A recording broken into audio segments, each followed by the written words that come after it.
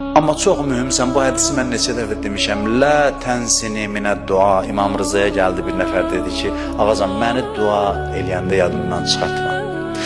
İmam dedi ki, axı mən səni yaddan çıxartmıram dualarımda. Dedi, ağa, üzr istəyirəm, bağışlayın sözümə görə. Dedi, yox, üzr istədin, niyə üzr istəyirəm, nə başa düşdün?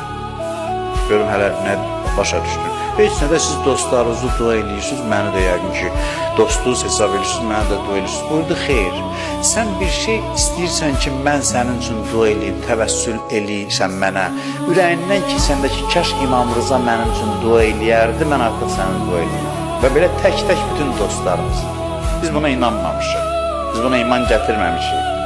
Bəziləri də imamları tanımır, deyir, bu imam neçə nəfərə çatdırır. Elə bilir, imam falan əsrdə yaşayan bir dənə adamdır, Peyğəmbər. Deyir, bu qədər milyonlarla adam. Axı, imam deyirsən, imam bir insan deyil, varlıq aləminin bir həqiqətidir. Onun ruhu əhatə edir.